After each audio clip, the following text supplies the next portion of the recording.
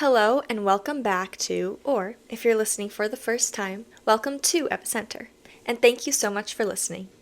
If you've been following along this season, you'll know that we've been diving into comorbidities and epilepsy, conditions that often occur alongside it, shaping daily life in ways that sometimes go unnoticed.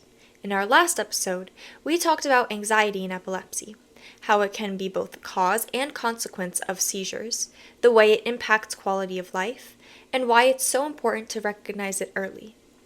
Today, we're shifting gears into the first two episodes focused on cognitive and developmental disorders.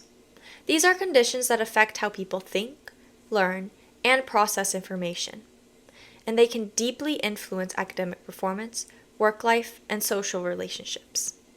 The first one we're going to explore is ADHD, Attention Deficit Hyperactivity Disorder, specifically how it shows up in people with epilepsy.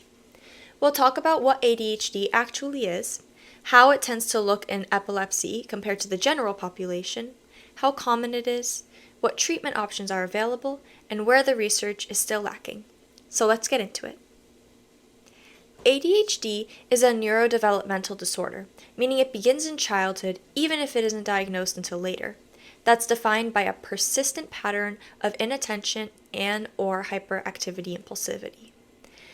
These aren't just personality quirks or occasional lapses in focus. They're symptoms that significantly interfere with a person's functioning, whether in school, work, or everyday tasks. The DSM-5 outlines three main presentations: inattentive, hyperactive impulse, and combined type. Inattentive ADHD might look like trouble sustaining focus, losing track of details, or struggling to organize tasks. Hyperactive impulse ADHD often involves fidgeting, interrupting, or difficulty staying seated when expected. Combined type includes both sets of symptoms. In the general population, ADHD affects about 5 to 8% of children worldwide, and roughly 3% of adults, though the exact numbers can vary based on how it's diagnosed and in what country. But in people with epilepsy, the numbers look very different, and the presentation often does too. In people with epilepsy, especially children, the inattentive presentation is by far the most common. Instead of overt hyperactivity, you are more likely to see distractibility, slower processing speed, and trouble holding information in working memory. A teacher might notice that a student zones out mid-instruction, or a parent might see that their child takes longer to complete tasks, even when they know the material. One important caveat: certain seizure types, like absent seizures or focal impaired awareness seizures, can mimic inattentive behavior. A child might appear to be daydreaming when, in reality, they're experiencing brief seizure episodes. This makes it critical to involve neurologists in the diagnostic process and, in many cases, confirm with the EEG. Mislabeling seizures as ADHD or ADHD as seizure activity can lead to ineffective treatment for both. Executive function challenges are also common in epilepsy, even without ADHD.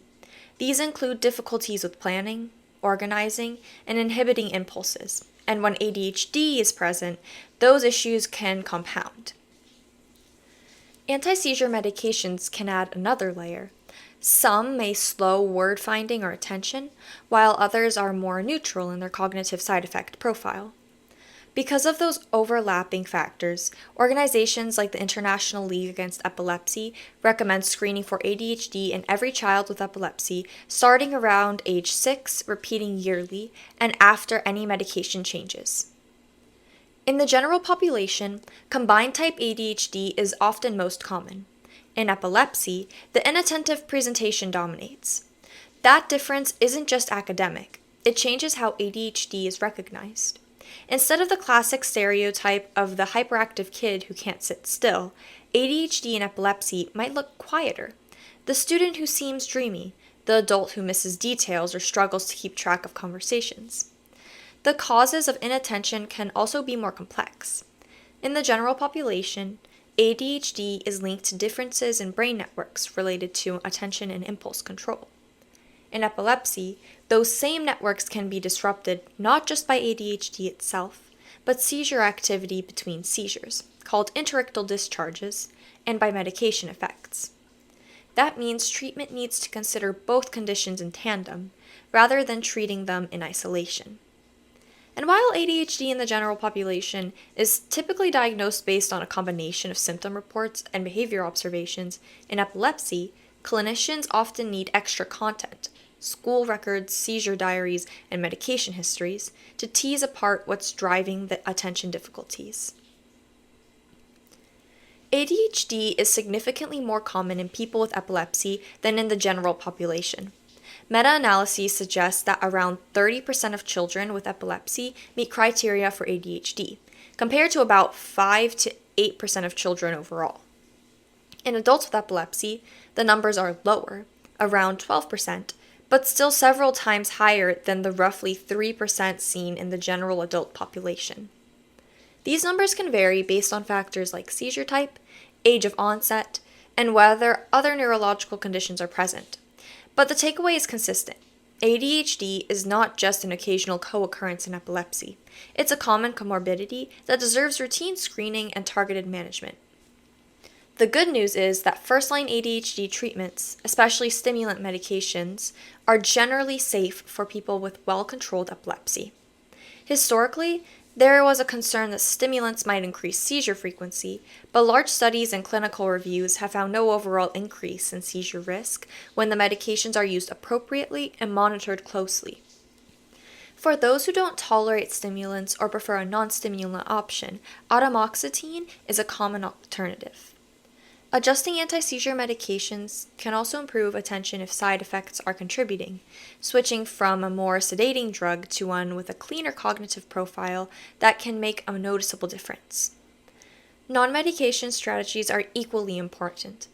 Behavioral therapy, executive function coaching, and school accommodations like extended time on tests or reduced distraction environments can help bridge the gap. Treating related issues like anxiety, depression, or sleep problems often improves ADHD symptoms as well. While our understanding of ADHD and epilepsy has grown, there are still big gaps. Large, randomized controlled trials testing ADHD medications, specifically in epilepsy populations, are rare, especially in adults.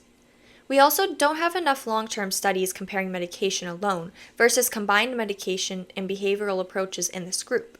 Screening tools validated for epilepsy are still limited, and many clinics don't have standardized workflows for routine ADHD checks. We also need more research into how seizure type, interictal discharges, and specific medications interact with ADHD symptoms over time. ADHD and epilepsy is more than just an overlap of two diagnoses.